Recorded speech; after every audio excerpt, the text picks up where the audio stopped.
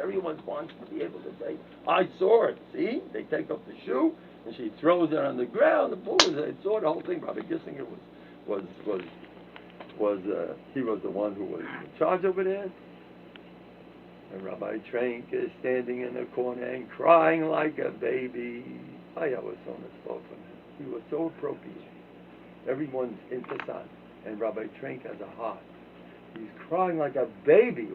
He couldn't control himself. Where's your emotions? You want to see the mitzvah? Where's your gefühl? There's a woman who whatever it is, he had a heart. That's something. And he was a capitulant. He was really a Sadegera. He wasn't quite exactly I'm a capitulant from way back. But he used to go to the Rebbe. And he wanted to go to Camp Move. And Rosh Birnbaum, Shmuel Grudny did not want him to go. Not allowing it. The mayor, the mayor, that's not allowed. Go to a camp. I'll tell you the truth, when I was that age, any person that went to camp, to me, he was off the derech. The way I was raised, I hung around the Canarics.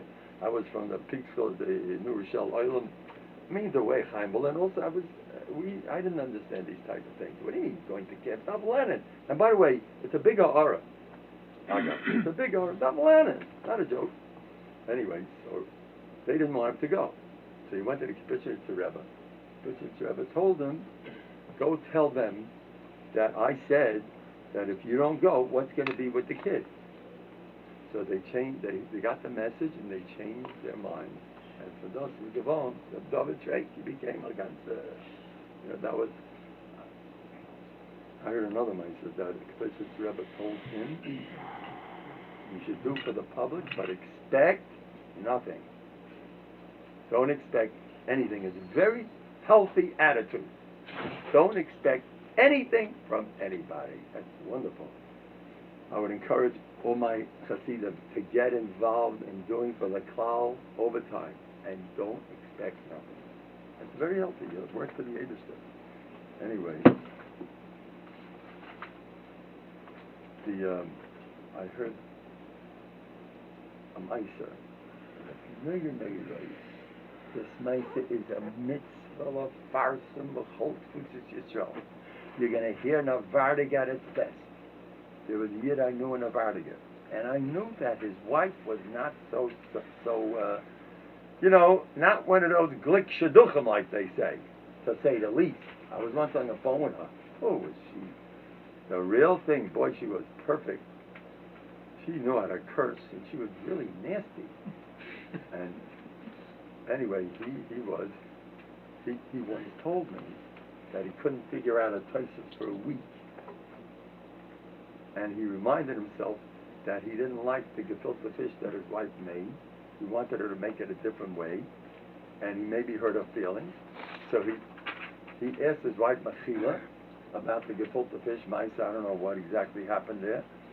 And as soon as he got his Machila from his machshefa over there, his witch, he figured out the Tosfos. He told this to me. This man was a Himmelmensch. He wasn't a Pasha person. Now I'm going to tell you what his wife was all about. Because somebody who lived in that shchuna, I got a first-hand report what kind of a Eishes Chava he was zeicha to. One of the top Rebbetzins you can find. She was the real thing l'chol days. He was a kid, and they lived in the same area. And the kids used to play. They were petrified of getting near that part of the chutzner, because that's where she lived. She would come out, and it was the end of the world. She was, I'm going to describe her in four, we'll describe her bissel v'sutzazah. Naves, Kas, an angry person, a nervous person, a mean person, a cruel, nasty witch. That's the way he says, I'm a kid, I didn't mean anything, but she was don't get near her. You're touching a live wire, she'll kill you. That's what she was. Okay? And this Navardiga lived with this machshefa happily ever after. You figure that one out. How did he do that? Did you hear what's going on? And now I'm going to tell you, and he raised a beautiful family, believe it or not. He once told me, no cars at all. In your house, cars? You crazy? Never. Well, I'm laughing. It's alright. Anyway, cars. Okay, he would never get angry. Now, how did he work that out? How did he come home every night with a lady like this? How did he do it? And he never went to therapist for marital counseling. He was a Navardiga. Navardigas never go for therapy. There's no such thing. A Navardiga never needs any therapy. There's no such messias. I heard common stories of therapists visiting Rabbi Gerson's yeshiva, and they're all amazed. These guys are healthy. None of them need therapists. They're very healthy, emotionally people. You want to be... Now, I know people who go to therapists, they can go... Some of them could go for years and years and years. Kulahai bulai, whatever. Today, there's a lot of choshev therapists, not what it used to be. Today, there's... But the Navardiga therapy is... Now, ladies are not... I hope there's no ladies listening in Kol Lushes, because this is poison for the ladies. This is not good. You are always wrong. Did you hear that? What do you want from us? You have a caste problem. I just spoke to somebody today who has Shalom Bayis problems. And he says, Zerachman is that he never learned in Navarre because he can't deal with it. He just can't deal with it. Because he comes from a world where the person is next to you has got to be good. You can't be married to a witch. You crazy? You got messed up. You fell in. That's the way people look at it. Let's get out of this mess. It's a wrong, and it's not too good part. This young man told me, he says he couldn't believe how this woman could be married to this Navardiga. It was the biggest steer in the universe. She was a shtick cat, and he's a shtick rotza, and he's shtick relaxed and happy. He was happily married with his witch. I'm going to tell you, Maisa, that I saw this. I was once in a farm in Eretz Yisrael, and there was, the farmer was an Amoliga Polish Yidla, Hungarian, I don't know, European Amoliga Yid, and he Taka had a wife that was super. She was really like very bad. She looked like, I can't describe what she looked. She was a Shrekla. I couldn't imagine her ever smiling. There was no such bria as saying a nice word. No such thing. Saying hello? Never. He used to come into the house every night, and she let him have it. And she cursed him to the ground. And she was mean. And she was nasty. She looked terrible. The whole Matthias was like, she looked like, pachad. And he used to come home laughing his head off. Even though he wasn't an Avardik, by the way. See, it can be done. Anyway, he used to laugh, and he used to give her brachas. For every klola she gave, he gave 2 brachas. I remember one of them, he never stopped saying, "So to leben is Mashiachin." I met his son. I was on the bus, and there was the other Baron Feldman, and his son, he was a Chiddush guy, his son. And Rabbi Feldman was so spoiled, such a normal geschmack of Bach. He's a Chiddush Bach, so sweet. It was his son. He grew up in a house like that, and he was great. I don't know. I never spoke to this yet, but I know that European Jews were much less complicated about your wife being like this, being like that. The nose got to be this way. If it's the other way, then it's not so pashit. The American, when she's 98, she better look good because she's 1 foot in the grave. Oh, but that's not the gay. At the house in the picture, she better come out good. You smile, everyone should see. You're not supposed to get old in America. Those is bria. Anyone gets old, it's a priestess, Nebuch, the young guys are the good guys. The old guys are the Nebuch. It's not. Anyway, so Where am I up to? Yeah, the Polish should get what? Huh?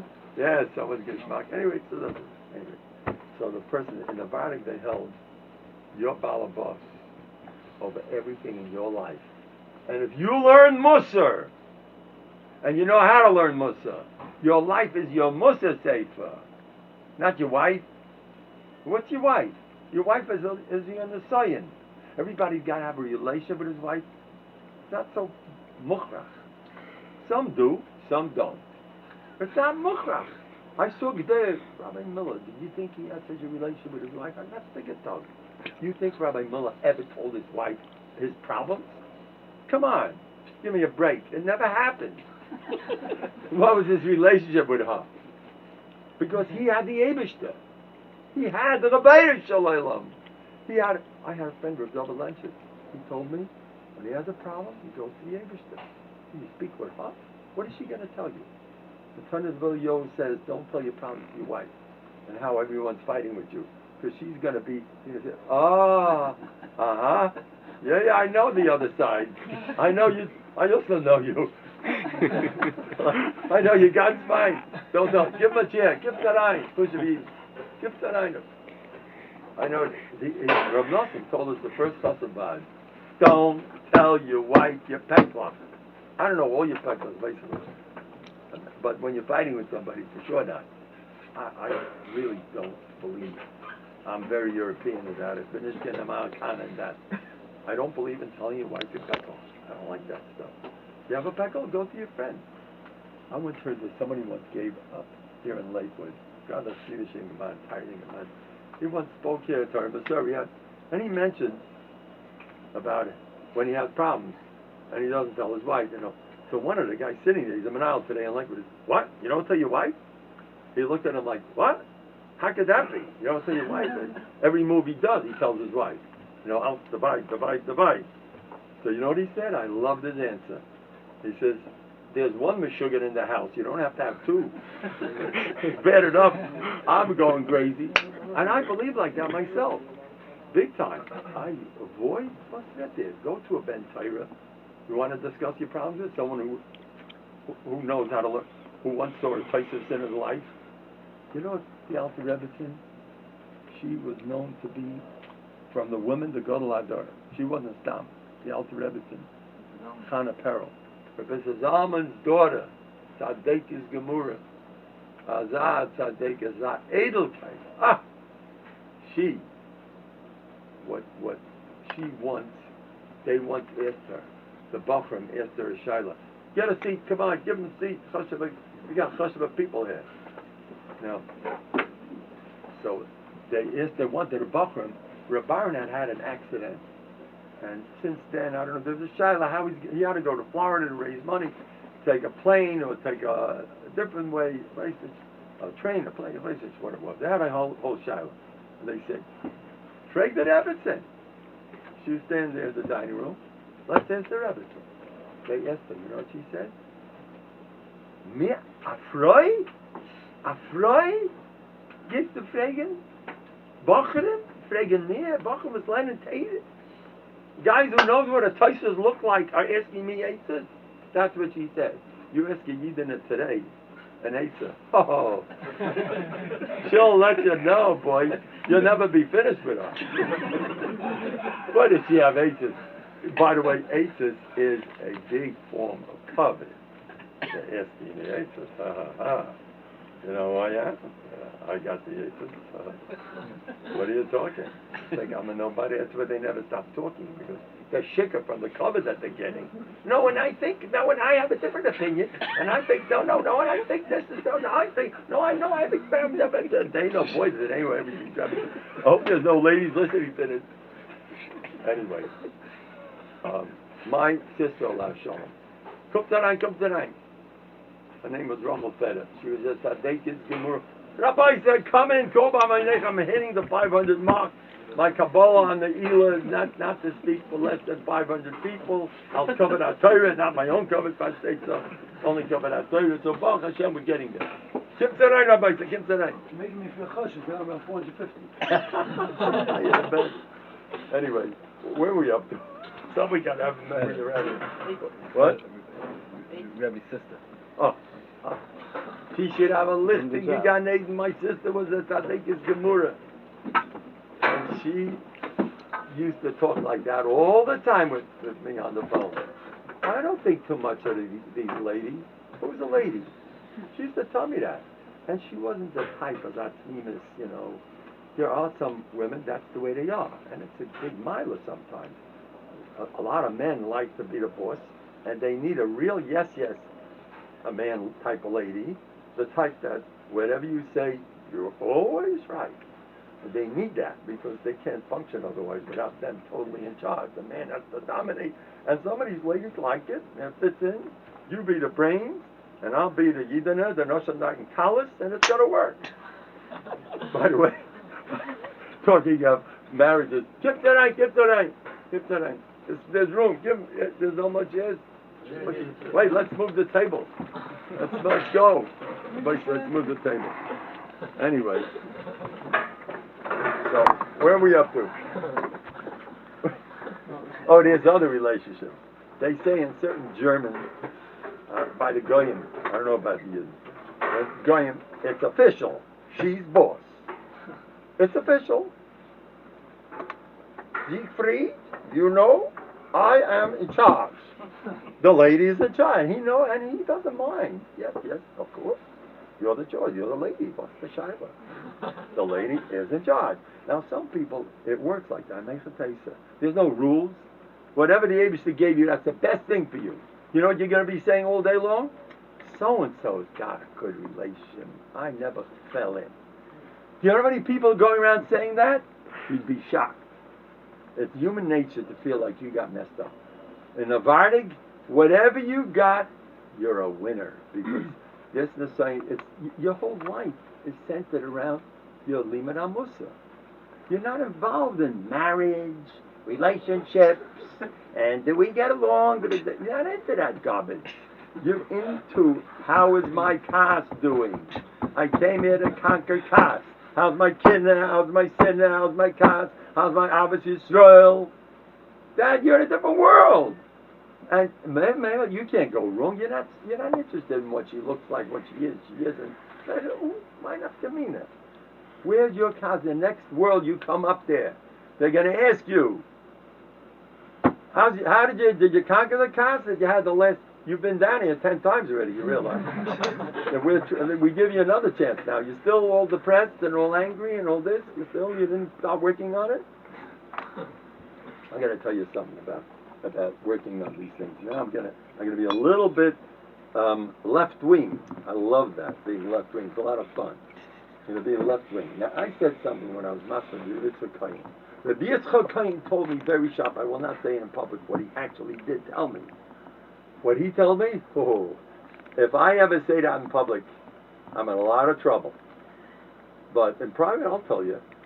But in front of the rabbim, I'll tone it down. He told me like this. You know what's going on in Yenavelt? You know the right derech? The right derech says learn Musa.